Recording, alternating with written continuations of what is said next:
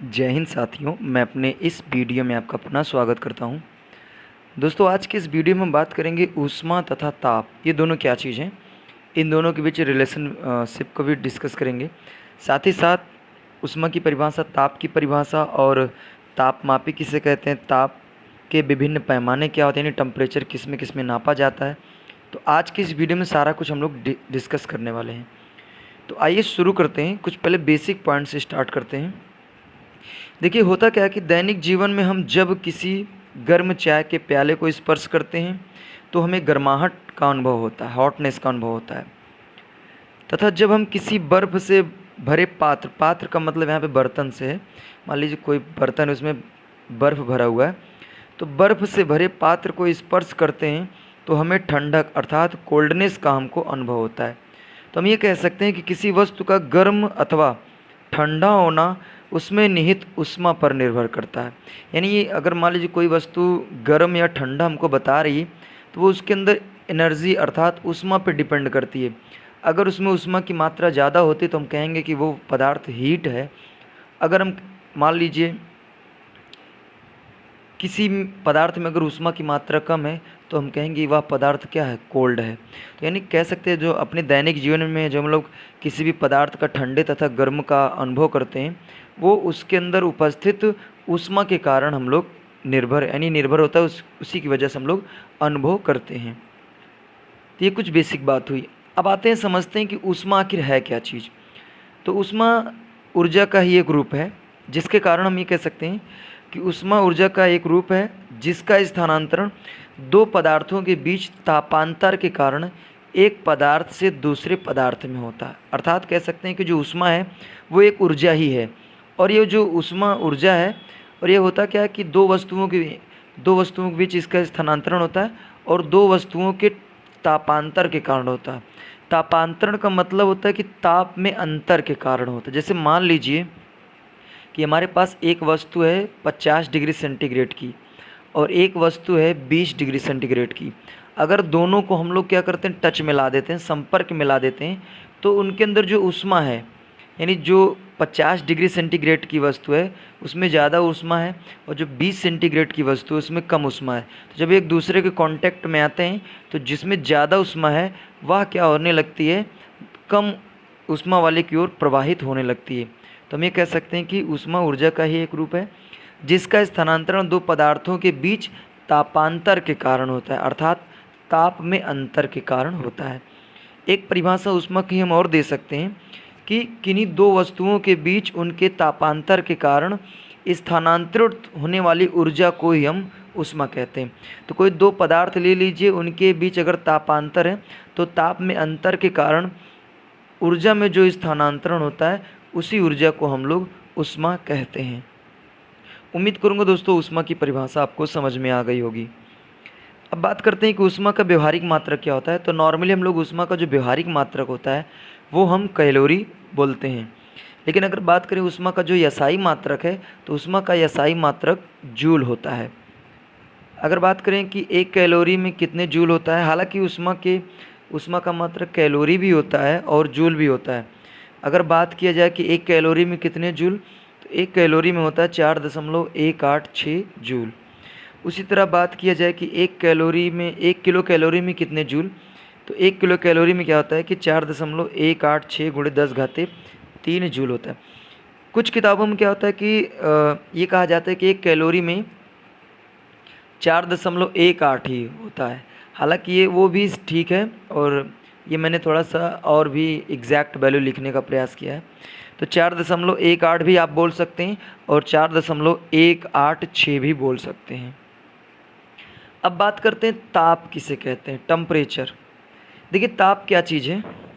ताप किसी वस्तु का वह भौतिक गुण है जिसके कारण वस्तु के ठंडक तथा गर्माहट का अनुभव होता है। यानी कहने का मतलब, अगर हम मान लीजिए कोई पदार्थ को हम स्पर्श करते हैं तो हमको ठंडा और गर्म महसूस होता है, तो वो उसका मेन श्रेय टेम्परेचर ही है। तो टेम्परेचर की वजह से ही हमको किसी भी पदार्थ का ठंडा तथा गर्माहट का अनुभव होता है। अगर मान लीजिए कोई पदार्थ का टेम्परेचर हम बढ़ा दें तो वह वस्तु गर्म होती है, अगर किसी पदार्थ का टेम्परेचर हम घटा दें तो वह वस्तु ठंडी होती है। तो उम्मीद करूँगा दोस्तों ये बात आपको समझ में आ गई होगी। एक बार फिर से समझ लेते हैं। ताप किसी पदार्थ का वह भौतिक गुण है जिसके कारण वस्तु के ठंडक तथा गर्माहट का अनुभव होता है या अनुभव करते हैं। यानी टेम्परेचर की वजह से हम लोग वस्तुओं में कोल्डनेस एंड हॉटनेस का अनुभव करते हैं। अब हम लोग बात करते हैं तापमापी तथा ताप के विभिन्न पैमाने। तापमापी किसे कहते हैं? तापमापी का मतलब ये होता है कि वह यंत्र जिसके द्वारा हम किसी भी पदार्थ का टेम्परेचर मेज़रमेंट करते हैं उसे हम लोग बोलते हैं तापमापी। हालांकि तापमापी को इंग्लिश में हम लोग बोलते हैं थर्मोमीटर। तो आप नॉर्मली थर्मामीटर आप जानते होंगे, जब आपको आपके शरीर में बुखार होता है तो हम लोग डॉक्टर के पास जाते हैं, तो वहाँ पे हम लोग क्या करते हैं, टेम्परेचर को मेज़रमेंट करवाते हैं, यानी अपने शरीर का ताप नपवाते हैं। तो अगर मान लीजिए एक लिमिट हो, तभी आगे मैं बताऊंगा कि हमारे शरीर का टेम्परेचर कितना होना चाहिए। तो अगर उस जितना टेम्परेचर होना चाहिए अगर उससे थोड़ा सा अधिक हो जाता है तो हम कहते हैं कि हमारा जो शरीर है वो ज़्यादा गर्म है। ज़्यादा गर्म होने की वजह से हमारे अंदर बुखार महसूस होता है। तो तापमापी कह सकते हैं कि ऐसी युक्ति है जिसके द्वारा हम किसी भी पदार्थ का टेम्परेचर मेज़रमेंट करते हैं, अर्थात हम ये पता कर सकते हैं कि वह वस्तु कितना गर्म है या फिर आप कह सकते हैं कि कितना ठंडी है। अब देखिए ताप के विभिन्न पैमाने, यानी जो टेम्परेचर होता है उसको हम लोग विभिन्न पैमानों में मेज़रमेंट कर सकते हैं। तो आइए देखते हैं। यहाँ पे मैंने लिखा ताप क्रम पैमाने का नाम, डिग्री का प्रतीक, हिमांक का ताप और भाप बिंदु का ताप। देखिए पहला नंबर तो होता है सेल्सियस, या इसी को हम लोग सेंटीग्रेड पैमाना बोलते हैं।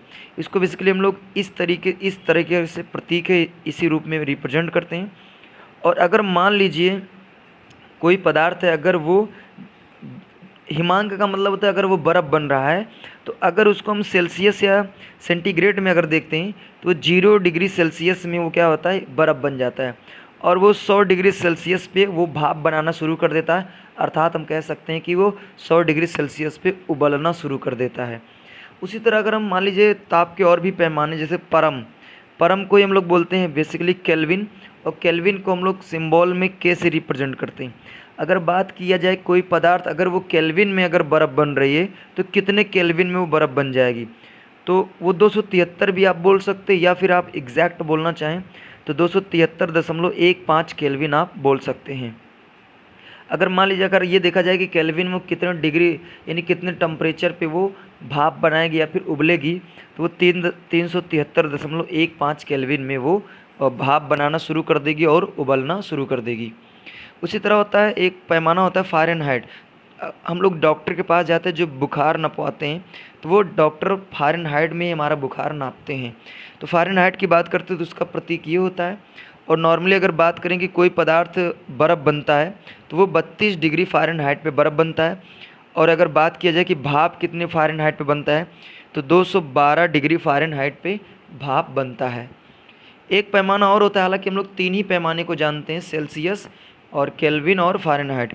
एक पैमाना और होता है जिसमें हम लोग टेम्परेचर का मेज़रमेंट करते हैं, वो होता है र्यूमर। तो र्यूमर पैमाना होता है। र्यूमर को हम लोग सिंबॉलिक रिप्रेजेंटेशन में इस तरीके से दिखाते हैं। और कोई पदार्थ अगर बर्फ़ बनता है या जम जाता है तो वो र्यूमर में 0 डिग्री र्यूमर में वो बर्फ़ बन जाता है। अगर बात किया जाए कि भाप कितने र्यूमर में बनाता है तो वो 80 डिग्री र्यूमर में वो भाप को बनाता है। तो इतनी बात आप सबको समझ में आ गई होगी। अब मान लीजिए कोई हमने किसी पदार्थ का मेज़रमेंट किया, केल्विन में मेज़रमेंट किया या फिर डिग्री सेल्सियस में किया या फिर फ़ारेनहाइट में या फिर र्यूमर में मेज़रमेंट किया। तो अगर मान लीजिए हम डिग्री सेल्सियस में मेज़रमेंट किए हैं तो हमको अगर केल्विन में आना है तो क्या करना चाहिए। अगर मान लीजिए हम केल्विन में मेज़रमेंट किए हैं फिर सेल्सियस में मेज़रमेंट किए हैं तो हमको फ़ारेनहाइट में आना है तो क्या करना चाहिए। और र्यूमर में मेज़रमेंट किए तो हमको फ़ारेनहाइट में आना है तो क्या करना चाहिए। तो आइए इन फार्मूले को हम देख लेते हैं। इसी के माध्यम से हम लोग क्या करते हैं, एक पैमाने से दूसरे पैमाने में हम लोग ट्रांसफ़र कर सकते हैं। अगर मान लीजिए कोई पदार्थ को हमने डिग्री सेल्सियस में मेज़रमेंट किया है तो उसको हमको केल्विन में ट्रांसफ़र करना है। तो जो डिग्री सेल्सियस में जो मेज़रमेंट होके आया है उसमें हम क्या करेंगे, 273 या 273.15 जोड़ देंगे तो वो चीज़ आपका केल्विन में ट्रांसफ़र हो जाएगी।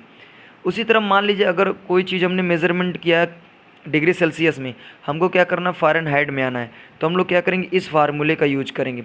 यहाँ पे C का मतलब डिग्री सेल्सियस है और F का मतलब फ़ारेनहाइट है। तो मान लीजिए किसी चीज़ का हमने मेज़रमेंट किया तो पता चला कि वो 40 डिग्री सेल्सियस है और हमको उसको चेक करना है कि फ़ारेनहाइट में कितना आएगा। तो हम क्या करेंगे, उस वैल्यू को इसी पर रख देंगे तो हमारा फ़ारेनहाइट में आ जाएगा। उसी तरह मान लीजिए अगर हम किसी चीज़ को र्यूमर में मेज़रमेंट किए या फिर फ़ारेनहाइट में मेज़रमेंट किए, हमको र्यूमर में चेंज करना है, तो हम लोग इस फार्मूले का यूज करेंगे। तो ये 3 बेसिकली फार्मूले, इन्हीं फार्मूलों के माध्यम से हम एक पैमाने से दूसरे पैमाने में हम लोग ट्रांसफ़र कर सकते हैं। एक नोट पॉइंट हमने लिख रखा है, देखिए, मानव शरीर का जो सामान्य ताप होता है, अगर बात किया जाए कि वो डिग्री सेल्सियस में कितना होता है, तो डिग्री सेल्सियस में होता है 37 डिग्री सेल्सियस।